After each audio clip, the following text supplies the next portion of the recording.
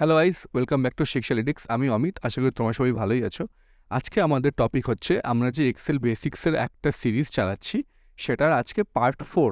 আর আজকে পার্ট 4-এ আজকে টপিক হলো যে আমরা শিখবো ওয়ার্কিং উইথ ওয়ার্কশিটস। ওকে, আর ওয়ার্কিং উইথ ওয়ার্কশিটসে আমরা শিখবো আমরা কিভাবে দেখো একটা শিটে আমরা কিভাবে কোনো নতুন শিট ইনসার্ট করতে পারি, ডিলিট করতে পারি বা সেই শিটটাকে রিনেম করতে পারি। দেন কোনো শিট কপি বা মুভ আমরা কীভাবে করতে পারি, কোনো শিট হাইড বা আনহাইড আমরা করতে পারি, ইত্যাদি ইত্যাদি। ঠিক আছে, তাহলে গাইস চলো আজকের ভিডিওটা স্টার্ট করা যাক। আশা করি তোমাদের ভিডিওটা খুব ভালো লাগবে, আর ভালো লাগলে অবশ্যই কিন্তু শিক্ষালিটিক্সকে সাবস্ক্রাইব করে দিও। তাহলে চলো ফার্স্টে আমরা দেখবো যে আমরা কিভাবে একটা ওয়ার্কশিটের মধ্যে কোনো শিট আমরা ইনসার্ট করতে পারি। দেখো আমার কাছে এখানে কতগুলো শিট অলরেডি আছে, দেখো জ্যান, ফেব, মার্চ, এপ্রিল। ওকে, এবারে ধরে রাখো তোমার দরকার হলো যে এই যে জানুয়ারির জন্য যে ট্যাবটা আছে এর আগে আমি অন্য একটা কোনো শিট অ্যাড করব। ঠিক আছে, তো দেখো আমি করব রাইট ক্লিক, এখানে দেখো ইনসার্ট বলে একটা অপশান আছে। এবার আমি যে ইনসার্টে ক্লিক করবো, দেখো এটা একটা পপ আপ উইন্ডো ওপেন হবে ইনসার্টের। আর এখানে তোমাকে বলবে যে তুমি কি ইনসার্ট করতে চাও। তো আমার অবভিয়াসলি ওয়ার্কশিট লাগবে, তো দেখো ওয়ার্কশিট এখানে বাই ডিফল্ট সিলেক্ট করাই আছে। আমি সিম্পলি ওকে করব। আর দেখো আমি একটা জিনিস তোমাকে এখনই বলে রাখি যে আমি যেই শিটে দিয়ে আমি নতুন ওয়ার্কশিট আমি তৈরি করছি, ঠিক আছে, তার ঠিক আগের ট্যাবে একটা নতুন ওয়ার্কশিট এন্টার হয়। ঠিক আছে, দেখো আমি যখন এটা ক্লিক করব, দেখো এই জানুয়ারির আগে একটা নতুন শিট অ্যাড হয়ে গেল, যার নাম হচ্ছে শিট 26। ঠিক আছে, শিট 26। তো আমি যেই ট্যাবে ক্লিক করে আমি নতুন শিট ইনসার্ট করব, তার ঠিক আগের ট্যাবটায় একটা নতুন ওয়ার্কশিট ক্রিয়েট হয়ে যাবে। ঠিক আছে, এবারে দেখো আমি এইটা আমি করলাম। এবার দেখো আমি কীভাবে এই শিটটাকে তো আমি নিয়ে আসলাম, এবার আমি ডিলিট করবো কীভাবে। দেখো আমি সিম্পলি রাইট ক্লিক করলাম, দেখো এখানে ডিলিটের অপশন আছে, সিম্পলি ডিলিট করবে, দেখো তো শিটটা ডিলিট হয়ে গেল। আচ্ছা, এবার দেখো আমি যদি কোনো শিটকে রিনেম করতে চাই সেটা আমি কীভাবে করবো। দেখো তো ফার্স্টে আমি এখানে একটা নতুন ওয়ার্কশিট এন্ট্রি করলাম। দেখো নতুন ওয়ার্কশিট লাইক একদম এক্সট্রিম রাইটে এন্টার করতে গেলে দেখো এখানে একটা প্লাস সাইন আছে, এটাকে ক্লিক করলেই আমি এখানে নতুন একটা শিট পেয়ে যাবো। ঠিক আছে, যে এটা হলো শিট 27। এবার এটাকে আমি দেখবো যে এটাকে আমি রিনেম কীভাবে করি। দেখো আমি করলাম রাইট ক্লিক, আমি যাবো এখানে রিনেমে। দেখো যে আমি রিনেমে ক্লিক করবো, এখানে এই অপশানটা তোমার এখানে কার্সারটা ব্লিঙ্ক করবে, সিম্পলি তুমি এটাকে ডিলিট করবে। করে আমি এটাকে নাম দিলাম হচ্ছে সাপোজ নিউ শিট। দেখো তো এখানে একটা নিউ শিট বলে নতুন একটা শিট ক্রিয়েট হয়ে গেলো, প্লাস আমি এটাকে রিনেম অবধি করলাম। ওকে, তো চলো আমি এটাকে আবার ডিলিট করে দিই, যেহেতু এখন আমার এটার কোনো দরকার নেই। এবারে আমরা দেখবো আমরা কীভাবে ওয়ার্কশিট কপি করি বা মুভ করি। ঠিক আছে, দেখো আমি ফার্স্টে ধরে রাখো আমার যে জ্যানের যে ট্যাবটা আছে এটাকে আমি অন্য কোনো ওয়ার্কশিটে আমি যদি কপি করতে চাই, মানে নতুন কোনো একটা ওয়ার্কশিটে আমি যদি কপি করতে চাই, সেটা আমি কীভাবে করব। দেখো আমি এখানে ক্লিক করলাম, দেখো এখানে রাইট ক্লিক করলাম, এখানে দেখো মুভ অর কপি বলে একটা অপশান আসছে, আমি এখানে একটা ক্লিক করব। করে দেখো এখানে ফার্স্টে এই যে এখানে যে ড্রপ ডাউনটা আছে, এখানে বলতে আছে যে আমি এই যে শিটটা আছে, দেখো এই শিটটার নাম দেখো নিউ মাইক্রোসফট এক্সেল ওয়ার্কশিট, দেখো ব্র্যাকেটেড 2। ঠিক আছে, দেখো তো আমি কি এই শিটটায় চাই নাকি আমি নতুন কোনো ওয়ার্ক বুকে চাই। তো আমি সাপোজ সিলেক্ট করলাম আমার নতুন কোনো ওয়ার্ক বুকে চাই।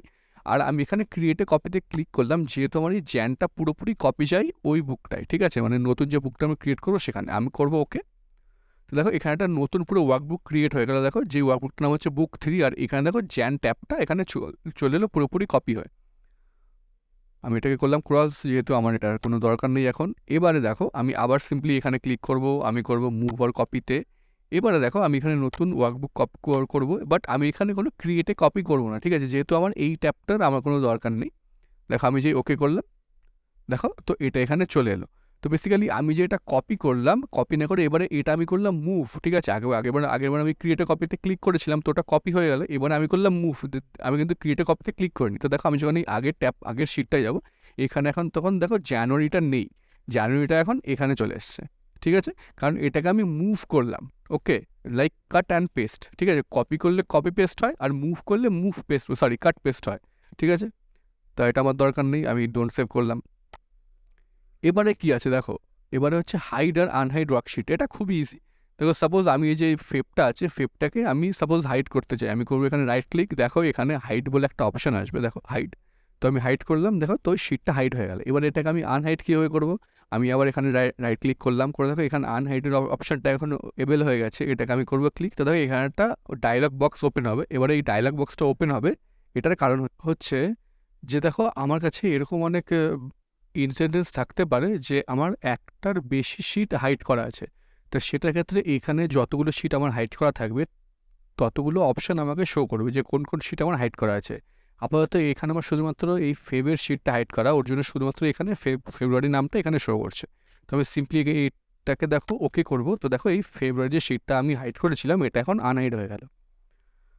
এরপরে চলো আমরা দেখব যে এই যে বিভিন্ন শিট আছে এই শিটগুলোকে আমরা কালার কিভাবে করি। ওকে, তো দেখো এই যে আমি গেলাম ফার্স্টের যে শিটটা আছে ফেব্রুয়ারি, এটায় দেখো আমি রাইট ক্লিক করব। এখানে দেখো ট্যাব কালার বলে একটা অপশান আছে। এবারে এখান থেকে আমি যে কোনো একটা কালার আমি চুজ করে নিলাম। দেখো এই যে ট্যাবটা আছে এটা দেন রেড হয়ে গেল। দেন আমি মার্চে যাব, আমি ট্যাব কালার যদি আমি এটাই চেঞ্জ করতে যাই, সাপোজ আমি নিলাম গ্রিন, দেখো এটা গ্রিন হয়ে গেল। সেম দেখো আমি আবার যাবো এখানে ট্যাব কালারে, আমি যদি এটা সাপোজ এই কালারটা করতে চাই এটা আবার কালার হয়ে গেল। তাহলে এরকম করে হচ্ছে ট্যাব কালারগুলো আমরা চেঞ্জ করতে পারি। ওকে, এবার দেখো আজকে আমাদের লাস্ট টপিক হচ্ছে ফরম্যাটিং ওয়ার্কশিট আফটার গ্রুপিং। এইটা একটুখানি ইম্পর্টেন্ট টপিক, এটা একটু তোমরা মন দিয়ে শুনবে। ফরম্যাটিং ওয়ার্কশিট আফটার গ্রুপিং এটার মানে হচ্ছে যে আমার কাছে এই যে ডিফারেন্ট, দেখো এই যে আমার কাছে ডিফারেন্ট যে ওয়ার্কবুক বা ট্যাব যেগুলো আছে এই সবগুলোকে আমি একটা গ্রুপে আনবো। অ্যান্ড গ্রুপে এনে আমি যে কোনো একটা ট্যাবে কিছু চেঞ্জ করবো বা কোনো একটা ফরম্যাট দেবো, আর সেটা প্রতিটা ট্যাবে সেম ফরম্যাটটা অ্যাপ্লাই হবে। সাপোজ আমি তোমাদেরকে একটা লাইক সিনারিও বলছি। সাপোজ তোমার বস তোমাকে বললো যে আমাকে একটা ওয়ার্কশিটে সাপোজ 50টা ট্যাব আমাকে বানিয়ে দাও, যার ফরম্যাটিং সেম হওয়া চাই, যাতে আমি ডেটা পুট করি বাট ফরম্যাট যাতে সেম হওয়া চাই। তো সেই ক্ষেত্রে কী করবে তুমি, মানে তোমার যতগুলো ট্যাবের দরকার সবগুলো তুমি করলে এন্ট্রি, ঠিক আছে। দেন দেখো আমি দেখো ফার্স্টেই ফেবে গেলাম, দেন আমি কন্ট্রোল প্রেস করলাম। দেন দেখো আমার যতগুলো শিট দরকার আমি করবো সিম্পলি ক্লিক, দেখো কন্ট্রোল ক্লিক করলে সবগুলো সিলেক্ট হয়ে গেল একসাথে। এবারে যে কোনো একটা ট্যাবে সাপোজ আমি এখন তো আমি জুন ট্যাবটা আছে বা যেই ট্যাবটাতেই থাকি, দেখো এবারে সবগুলো একসাথে যেই সিলেক্ট হয়ে গেল, তুমি কী করে বুঝবে যে এগুলো একটা গ্রুপ হয়েছে কিনা? দেখো তোমার যে নামটা থাকবে না শিটের, দেখো এই ওপরে যখন এই নামটা আছে দেখো এখানে ব্র্যাকেট একটা গ্রুপ বলে একটা লেখা আসবে। ওকে, তো এই গ্রুপ মানে লেখাটা হচ্ছে তোমার শিটটা অলরেডি গ্রুপিং হয়ে গেছে। তো এবারে সাপোজ দেখো এই D1-এ আমি আমার নামটা এখানে সাপোজ টাইপ করলাম।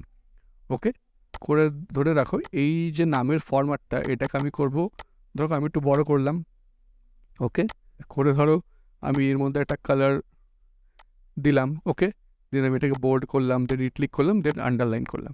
ঠিক আছে, এবার এই ফরম্যাটটা দেখো আমি ফার্স্টে এই আমার সিলেকশন থেকে আমি বেরিয়ে গেলাম।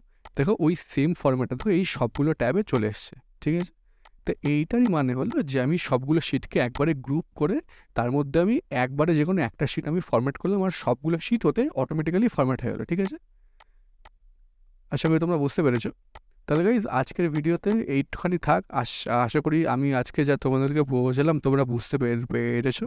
আর যদি গাইজ তোমাদের ভিডিওটা ভালো লেগে থাকে তাহলে অবশ্যই কিন্তু শেয়ার লিখে সাবস্ক্রাইব করে দিও। Thank you guys.